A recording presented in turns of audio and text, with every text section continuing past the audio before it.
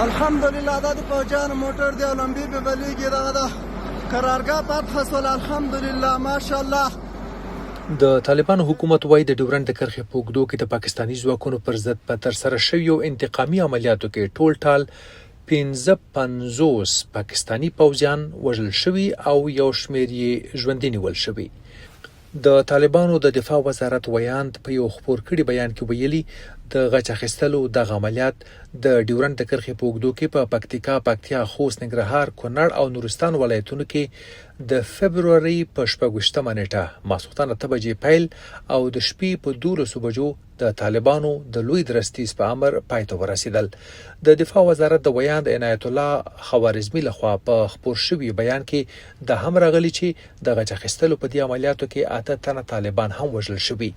بیان زیاتوي په دغه انتقامي عملیاتو کې طالبانو د پاکستاني پوځیانو 2 قرارګاوي او 19 پوستې په همغږي سره لمنځه وړي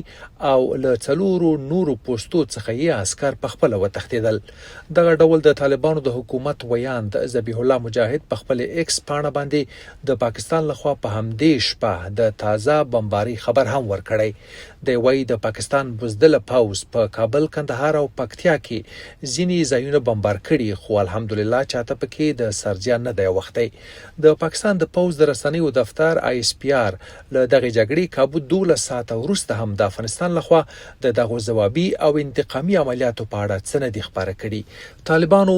دغه د غچ اخیستنې یا انتقامي عملیات د پاکستاني پوز د هغو هوایي بریدونو په خبرګون کې پیل کړي په کوم کې چې په ننګرهار او پکتیکا کې تر سره شول او په ننګرهار کې پکې د یوې کورنۍ 14 کسان وبژل شول چې یوازې یو کوچنی ماشوم ترې ژوندی پاتې شوی.